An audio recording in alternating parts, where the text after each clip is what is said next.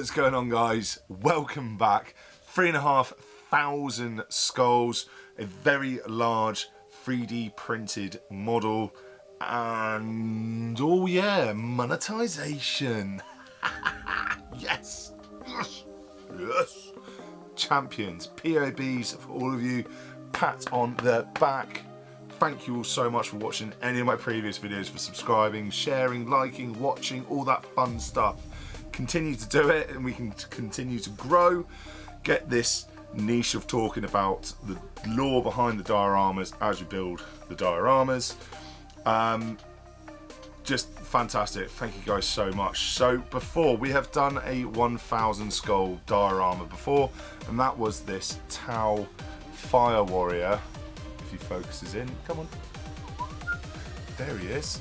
That was with 1,000 skulls. That was a pretty epic build, but he's not quite 3,500 3D printed skulls.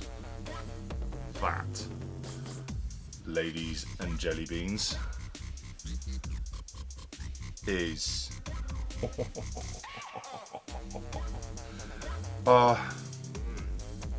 and he's wireless charging.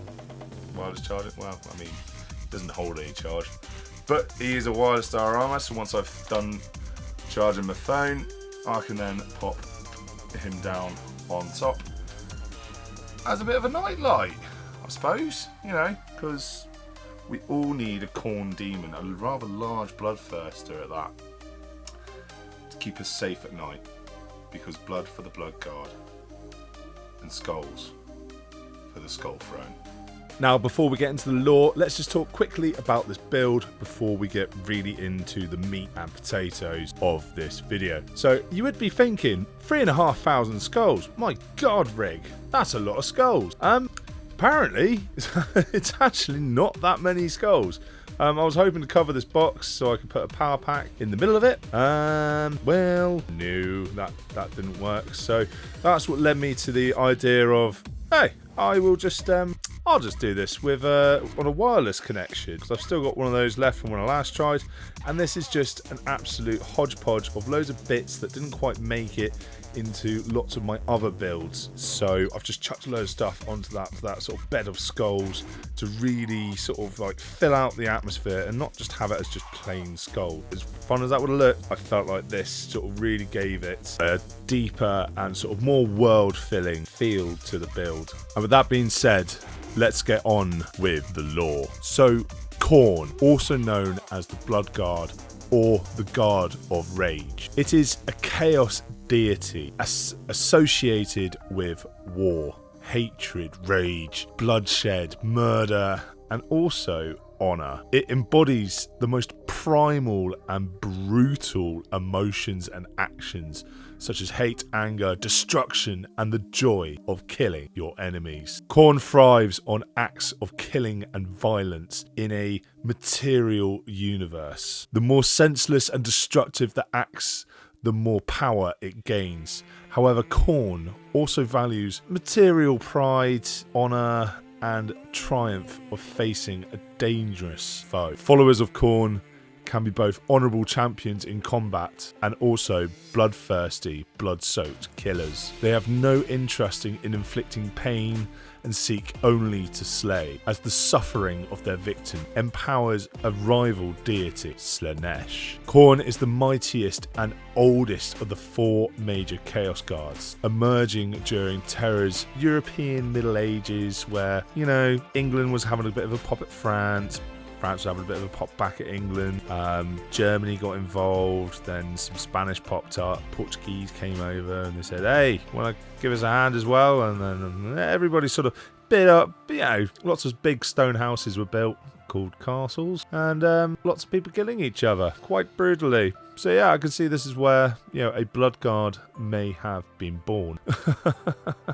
So anyway, where was it? Emerging during Terror's European Middle Age, it desires to engulf the galaxy in slaughter, leaving nothing but blood and death in its wake. The core beliefs of Khorne is the pursuit of bloodshed. Its domain is the battlefield, and its worshippers offer the spilled blood of nations as their sacrament. Warriors from all cultures, ranging from tribes on primitive worlds to chaos space marines warbands, indirectly paying homage to Khorne through their acts of murder and destruction. Every act of violence strengthens Khorne, regardless of the victim's identity. Friends and foes are equal in the eyes of the Blood God. Failure to commit acts of slaughter displeases Khorne's devotee and invites its wrath. Khorne holds martial nobility and honour in high regard, considering the weak and helpless unworthy of his attention. The battle cry of Khorne's followers is "Blood for the Blood God! Skulls for the throne of Khorne!" They despise the... I really thought that was skulls for the skull throne, but okay. Alright, maybe it's one of those Mandela things. Anyway. They despise the followers of Slaanesh, who kill for pleasure, and the servants of Tzeentch, who avoid fair and honourable combat. The number 8 holds significance for Khorne, manifesting in the organisation of its demonic armies and syllables in the names of the Khornite demons. Primary colours associated with Khorne are blood red, black,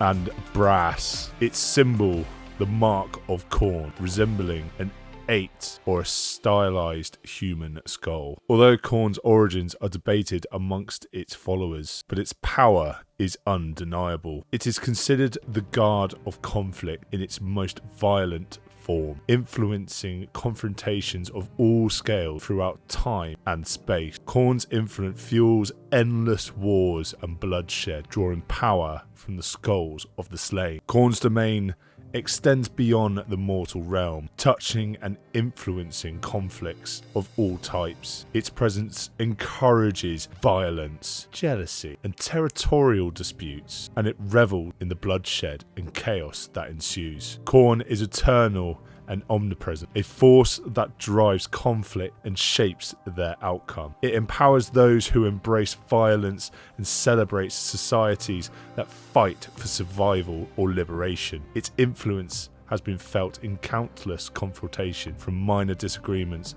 to galaxy-changing battles like the Horus Heresy. From its skull throne, Khorne extends its reach beyond mortal perception, stoking the flames of conflicts and reveling in the bloodshed that follows. Khorne, the Blood God, is often depicted as a massive humanoid figure standing hundreds of feet tall. It has a savage, snarling, dog-like face hidden beneath a helm adorned by conquerors' king skulls and thrones about the 10th time. I mean crowns. I nearly said thrones again. Crowns. Gee. One day I'm going to learn how to read, and then it's going to be much easier. Right. Khorne is commonly referred to as male, but being a chaos guard composed of psychic energy, it has no gender. Khorne's muscular form is covered in overlapping brass and blackened iron plate. Its speech is a constant growl of fury, and its bloodthirsty roars echo throughout its realm. Khorne sits on a throne made of carved brass atop a mountain of skulls, trophies from the defeated opponents and champions. The pile of bone representing victory feeds Khorne's glory, but never satisfies his thirst for blood and death. Beside Khorne lies a mighty two-handed sword, a legendary weapon capable of devastating worlds with a single strike. It is known by many names amongst the galaxy's intelligent species, such as Woebringer, Warmaker, and End of all things. It is said that when Khorne wields this sword, it can cleave through reality, allowing its demonic blood legions to pour into the material realm. Khorne's followers believe that its throne rests upon a mountain of skulls surrounded by a sea of blood, symbols of the countless sacrifices made in battle and in its name. The skulls and blood belong to the victims slain by Khorne's worshippers, the cult of Khorne. Some accounts mention a forge at the base of the throne where Khorne's mortal and demonic servants craft their weapons and armor. These believers see Khorne as an embodiment of mindless and absolute violence, unleashed to destroy anyone and anything in its path, regardless of it being friend or foe. Depictions of Khorne often portray a massive armoured figure adorned with skulls. The head is covered by a winged helm, revealing a bestial, snarling face. Khorne is often depicted wielding a rune-covered sword or axe, although some representations show it with fists or claw-like hands in some more primitive cultures. The number 8 is sacred to Khorne, though its connection to it remains unknown. It is reflected in the organisation of Khorne's demonic blood legions and appears throughout its realm. 8 towers surround the brass citadel, and a slain Khornate demon must complete 8 tasks to regain its form. In the war, Khorne's 8th wave is always the most powerful. Mortal worshippers of Khorne also recognise and revere the number 8, using its summoning ritual and carving it into their own flesh. Prophecy suggests that only after 8 ages of war have passed will Khorne's bloodthirst finally be sustained in a cataclysmic final battle. Khorne draws its strength from conflicts that drive mortal life. It desires greater conflict, not petty disputes. Khorne is worshipped in various forms, often by primitive cultures who see it as a force of nature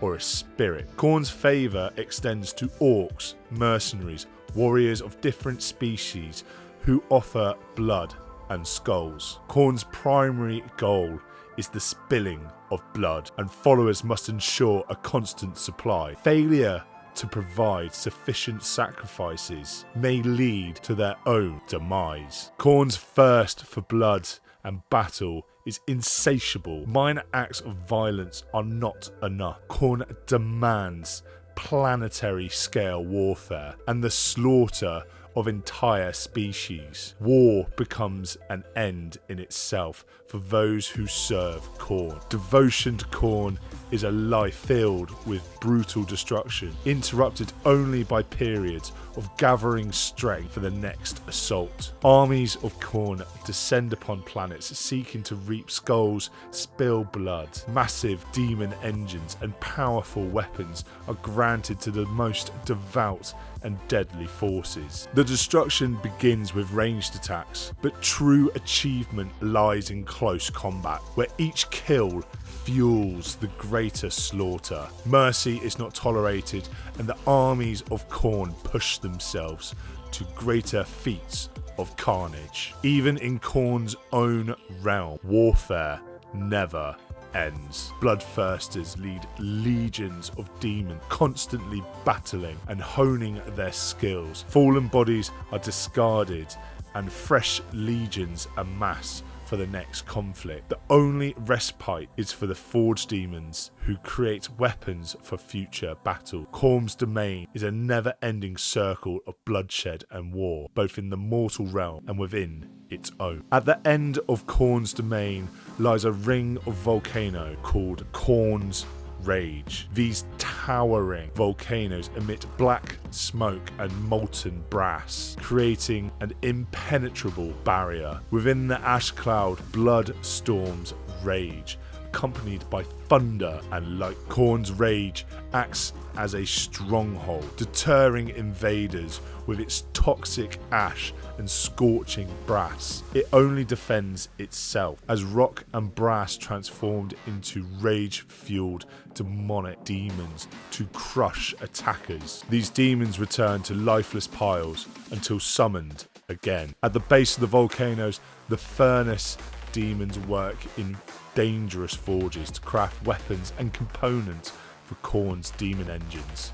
These forges benefit from hazards of Khorne's Rage, where mostly Khorne's minions fight and die, while invading warriors face enslavement and their souls and torment. Blood pits from when warp energy collects, resulting in craters where Khorne's minions harvest blood through violent means. The blood is mixed with molten brass and bile to create new blood pits from which demons emerge, designed to serve Khorne and replenish the bloodshed cycle. Rivers of blood divide different region of Khorne's realm, flowing with bloodshed in his name. The blood is scorching hot, creating steam and bursting bubbles that spray the surrounding more blood. At the base of the blood rivers, a massive lake called the Lake of Slaughter forms, populated by monstrous creatures. Brass and bone leviathans swim, while bloodthirsters battle blood dragons.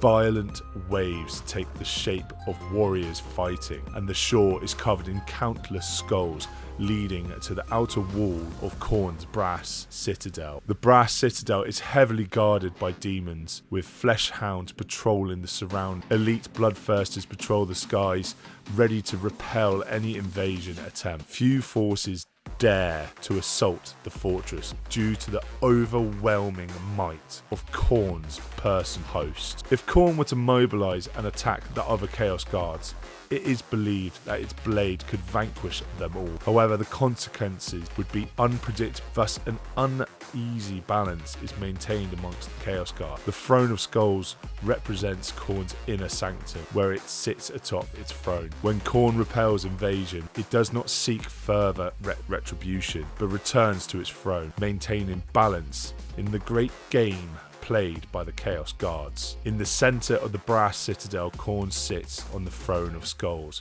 overseeing its minions and commanding them to wage war across the galaxy. Each victory fuels Khorne's thirst for blood, while defeated champions contribute their blood to Khorne's realm and his Throne of Skulls. This is surrounded by a mountain of skulls, collected from Khornite champions and fallen enemies alike. These skulls hold Khorne aloft, and if they could speak, they would tell tales of battles fought before the long war and grave mistakes leading to the downfall of entire species empires. Tusker, the demon killer, is an orc warlord leading a perpetual battle before the brass citadel. His Wah attract Khorne's attention as they sought fresh carnage in the war. Despite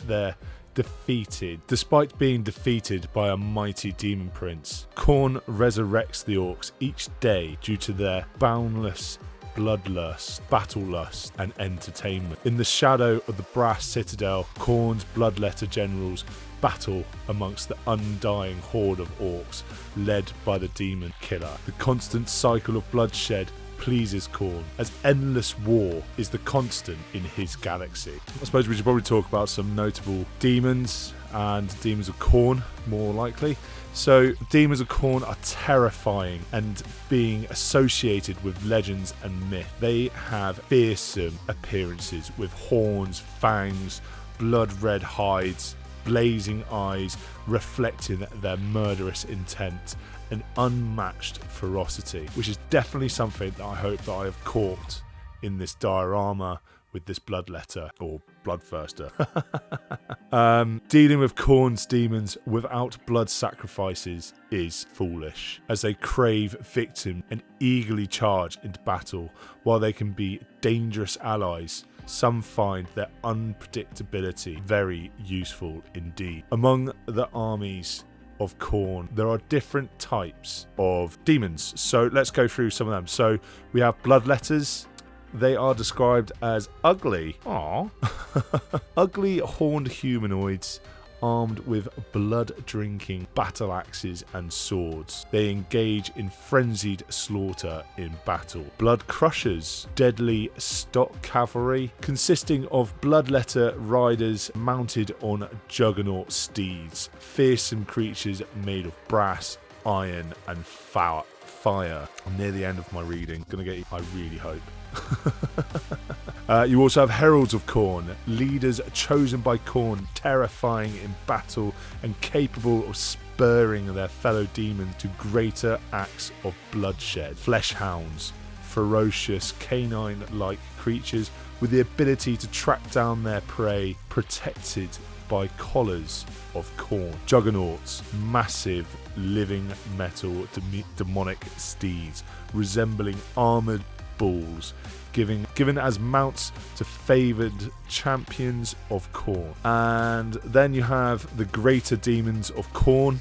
These are bloodthirsters, greater demons resembling traditional demons wielding whips, as we can see in my diorama, and massive two-headed battle axes known for their power in combat. Demon princes of Khorne, mortals who offered themselves to Khorne and were transformed into powerful demon princes, epitomizing bloodshed and martial prowess. So for that you would probably have Angron, who is very much so a demon prince of Khorne. He's a very angry boy.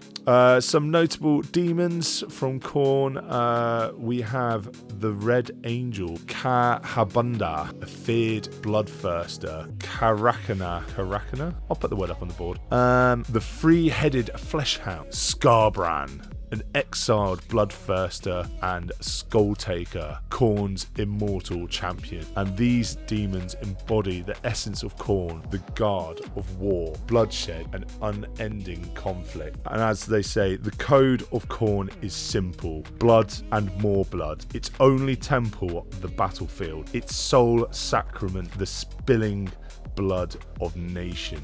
Consciously or not, all warrior cultures pay Khorne homage with the acts of murder, destruction, and violence. Ooh, so with that, I think we've covered Khorne quite well in that one. Gone through quite a lot with him, but there's definitely always room for more. And if you'd like to see me cover any of the other Chaos Guards, just let me know and I will endeavour to do my best. So I'm going to leave you in the usual place, but not before I just give you guys just a massive thank you. I wouldn't be doing this still if it wasn't for you guys watching and liking, subscribing, talking to me down in the comments. I look forward to seeing the comments on this video and chatting to you guys and potentially new people. So, as I've said before, any questions down in the comments, let me know. And yeah, just thank you guys so much. Also, down in my description, I'm going to start leaving where I get my models from. So generically, I either buy them from my friendly local gaming store or from Griffin Gaming, depending on who's got what stock available. 3D Cults is my main go-to for 3D prints, and also there is an online shop that I've been using for a lot of my LEDs, filaments and electrical items that I have been using recently. So I'll leave links to all of that down in the description. None of it is sponsored, but go check them out if you also want to start putting some LEDs, filaments and all that sort of fun stuff into your builds and dioramas as well. Anyway guys, thank you for joining me on this hobby adventure, and I really do hope to see you in the next one.